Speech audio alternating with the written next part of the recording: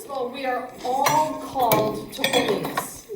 But in the world today, God has a message that he wants to give to us. And that message, we have to be prepared to hear. But the problem is, we've got so many other things happening in our lives and so many distractions in front of us that sometimes we miss what that message is.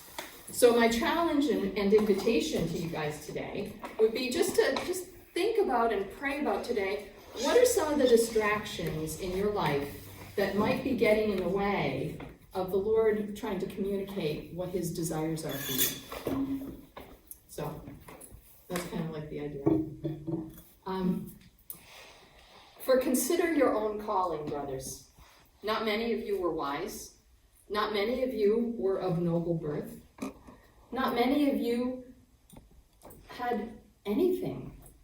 But God chose what is foolish in this world to shame the wise. God chose what is weak in the world to shame the strong. God chose what is low and despised in this world, even things that are not, to bring to nothing things that are, so that mankind might do no boasting in the presence of God. That's my resume. So if you're weak and you can't accomplish great things, you're God's type. John Paul II used to say to young people, he would say, when you search for happiness, it's Jesus that you're looking for. And he's waiting for you when all the other things that you find fail to satisfy you. And so the one call that we're all here to talk about, that we all share, is the universal call to holiness. So whether you're called to married life or you're called to religious life, every one of us is called to holiness. And God loves to take weak and wounded people and make them holy, so that everyone can see that it's his power at work in them, doing immeasurably more than they could ever ask or imagine. So I have a friend that I want to tell you about today, who's just like that. But first of all, did any of you know each other before you came here today? Some of you? So what did you guys do when you first came? And I don't mean check in. When you first came here today, what's the first thing you did? You were looking for people that you knew, right? And that's natural to us. Now, when you were standing in the doorway looking for your friends, wondering if someone was here that you knew, how did you feel in that moment? Awkward? Absolutely. Awkward. Anybody else? Expectant. Pardon me? Expectant. What about those of you who didn't really know anybody? Awkward. Hopeful that someone I knew was here. Hopeful. Maybe a little bit insecure. Yeah, Maybe really vulnerable. Now, why do you think you felt that way? No safety blanket. Safety blanket? What were you trying to be safe from? I don't know, like getting to know new people. What did you want?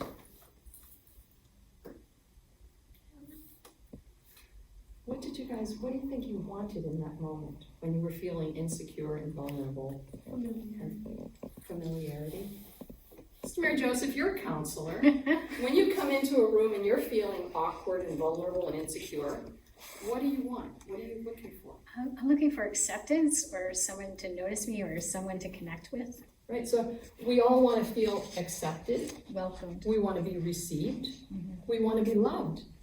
And that desire that we have inside of us to love and be loved, that's stamped into the very core of our being. That's part of what makes us in the image and likeness of God. So we ache for it. It's natural to us.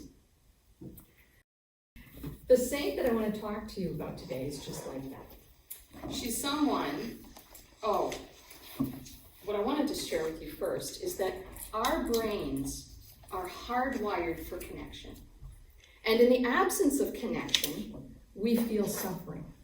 So sometimes when people have been wounded in that way, they go to extremes to try to be connected, and sometimes they even resort to unhealthy behavior.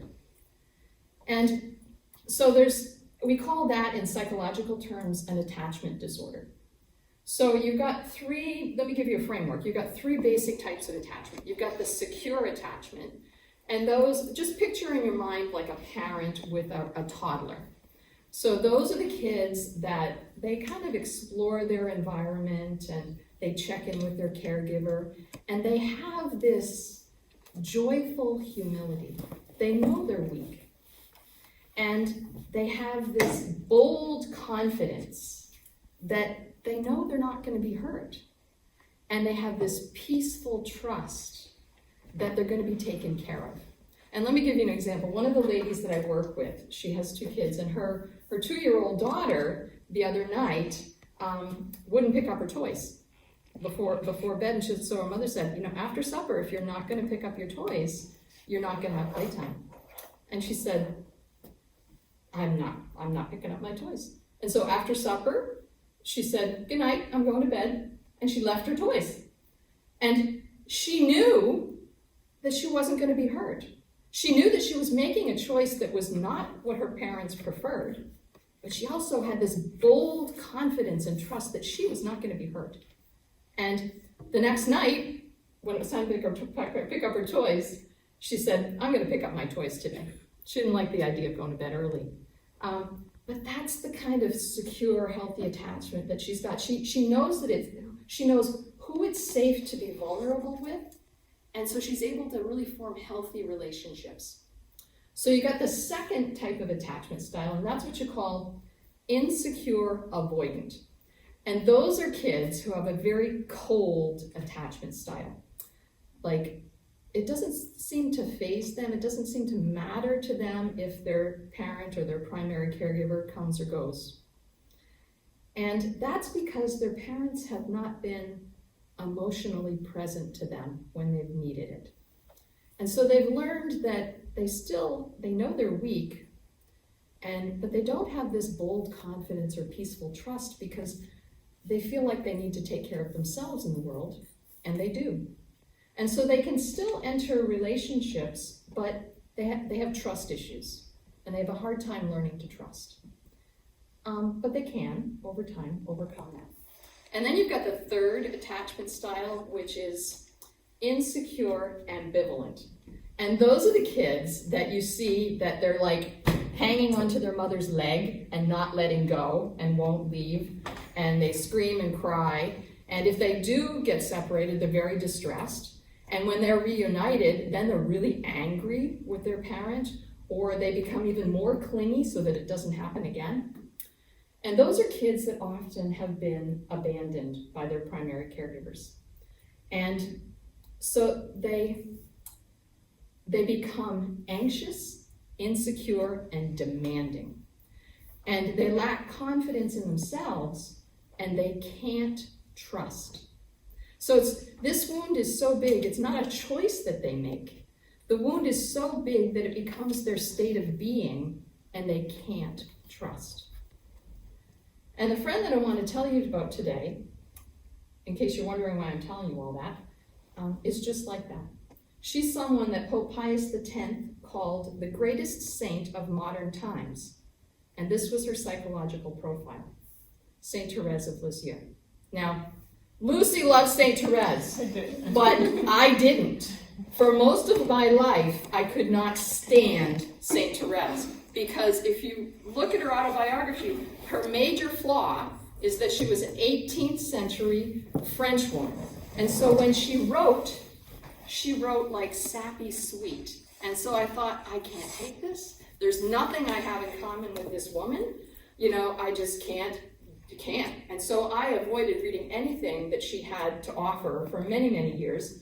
Probably about 5 or 6 years ago, she prodded me and befriended me and got me to read her autobiography. And when I did, I read it with different eyes, because I read it with that knowledge. I read it with the knowledge that this is a woman that suffered serious trauma in her life. And the reason that I say that is because when Therese was born, she was very sickly, because at the time her mother was experiencing the onset of breast cancer, so she could not nurse Therese. So within the first 6 weeks, Therese almost died. And so at 6 weeks old, she was given to a wet nurse, which was someone who had just had a child that could nurse her. And her name was Rose. And so Therese was taken from her birth parents and given to Rose, and she started to bond with Rose. And so when her mother came to visit, she didn't want to have anything to do with her mother because she was bonding with Rose. And then, when she was 1.5 years old, she was returned to her mother because she was strong and healthy. And she would see Rose going into the market shopping, and she would want to go. And so over time, she rebonded with her mother. Now, what's important for us to recognize in this is that psychologically, when we are separated from our primary caregivers before the age of 4, it has a powerful effect on our person and our ability to attach. So Therese has now twice been separated from a primary caregiver. And when she's 4 years old, her mother died of breast cancer. So 3 times by the time she's age of 4, she's been separated from a primary caregiver.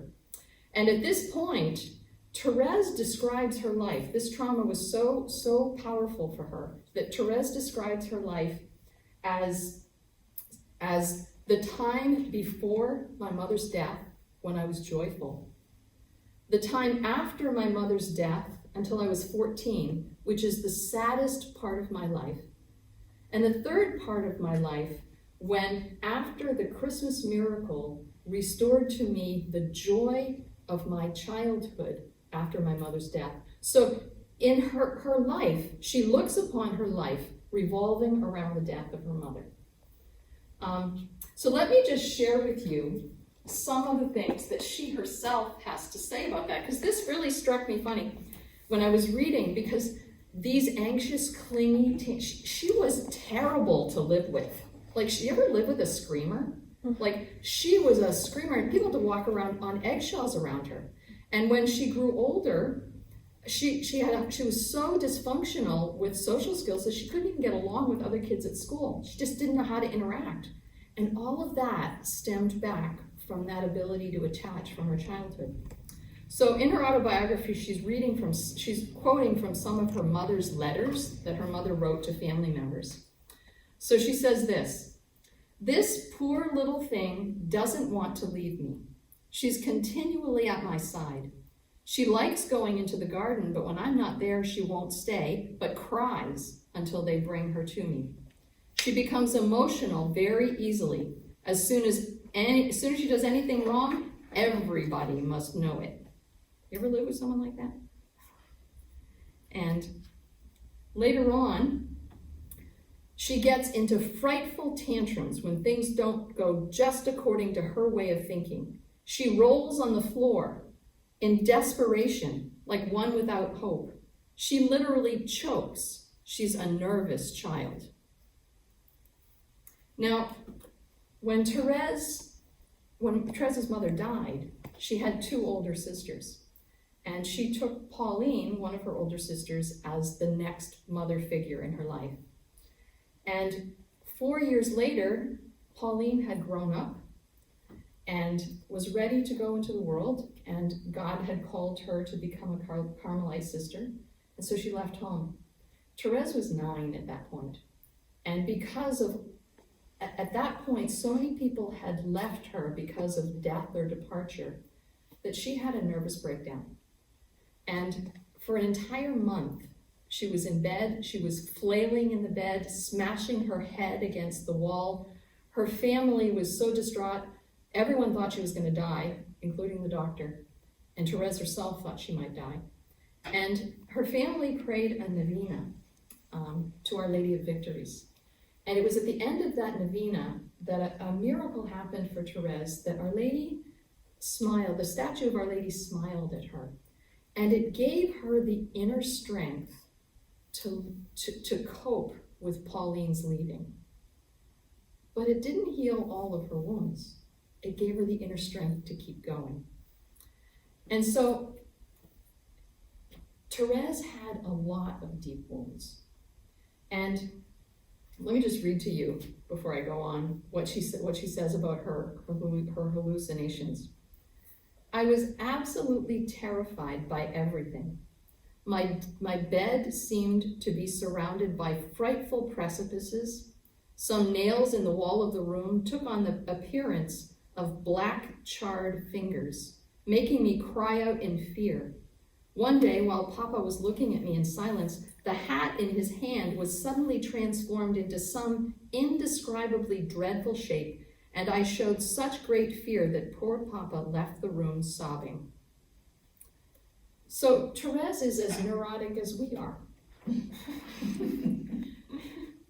You know, the wounds in her life caused her deep emotional suffering. And that was the context in which she grew in holiness. So our wounds also become the context in which we grow in holiness, because they're the place where we have to make the most excruciating choices and utterly rely on the grace of God. So often we think we have to be perfect to become a saint, but Therese tells us and shows us that we do not. And that's why she gives us such hope. Pope Benedict XVI said that this is the way of the spiritual life and the path to holiness as taught by countless saints. To recognize first our brokenness, and second, God's infinite mercy. And so Therese took those two elements and linked them to become part of the foundation of her little way. She knew she was weak. She knew she couldn't accomplish great things. She knew she had a lot of imperfections. So she gave them to Our Lady, and with prayer and over time, the Lord showed her that there wasn't just a stairway to heaven, that there was an elevator. And she was given this image where Jesus is standing at the top of a stairway, and she is down at the bottom, just a toddler, trying to put her little foot on the first stair, trying and trying and trying unsuccessfully. And so Jesus, seeing her effort, seeing her trying, as any good parent would do, goes down the bottom of the stairway and picks her up and carries her up. So the arms of Jesus become the elevator. And so she took those two things. The core elements of her little way are to trust. And if you remember her psychological profile, that's the one thing she can't do. And that's why she is such a miracle, and that's why she's a doctor of the church, because through those wounds of being unable to trust, she kept surrendering that over and over and kept trying.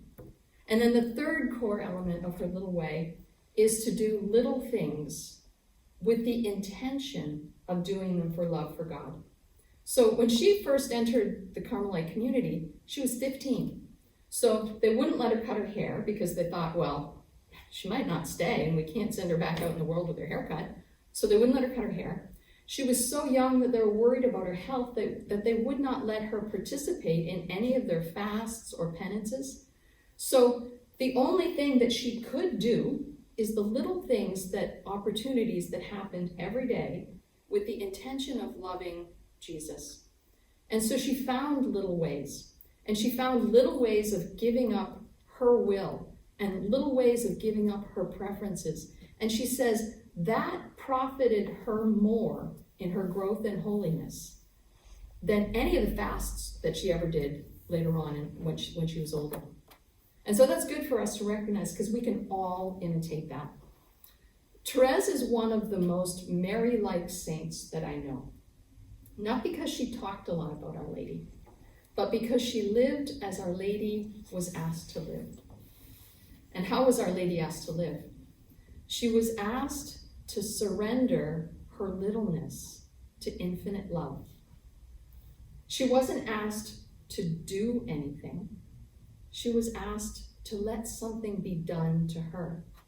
She wasn't asked to renounce anything, but she was asked to receive an incredible gift. She wasn't asked to live a special life, but to remain in the world and live an ordinary life, a life that did not differ from those around her. She was asked to give God her daily life. So if we give God our daily joys and loves and words and works and trials, he'll give birth to Christ in the world through us, as he did her. So there was a reason that Therese befriended me, because I have a lot of weaknesses too. And she's trusting me, she's teaching me to trust that God is using them for his glory. And he'll do that for you too.